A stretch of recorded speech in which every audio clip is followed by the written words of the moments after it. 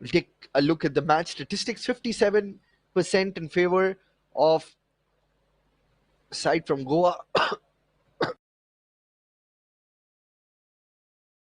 Possession being dominated by SESA Football Academy.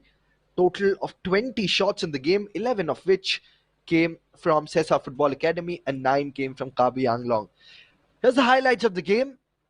Action-packed game, a total of 5 goals being scored, and marginally ahead were Karbi Anglong.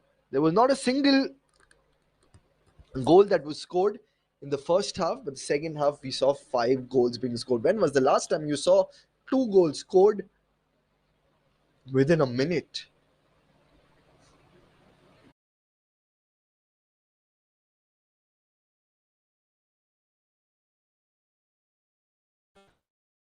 Three of which came from Kabi Anglong and 2 of which came from SESA Football Academy. This was the first goal. Then, of course, the second goal being scored by Pasi.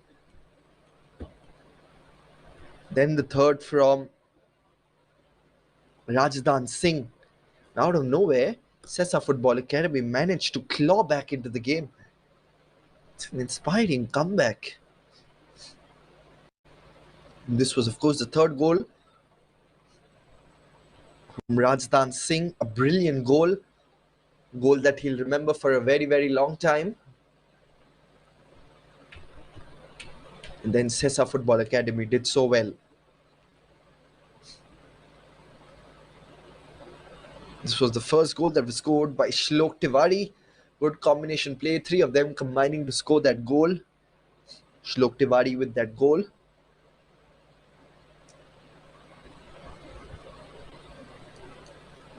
And then, of course, through the set piece, second goal came.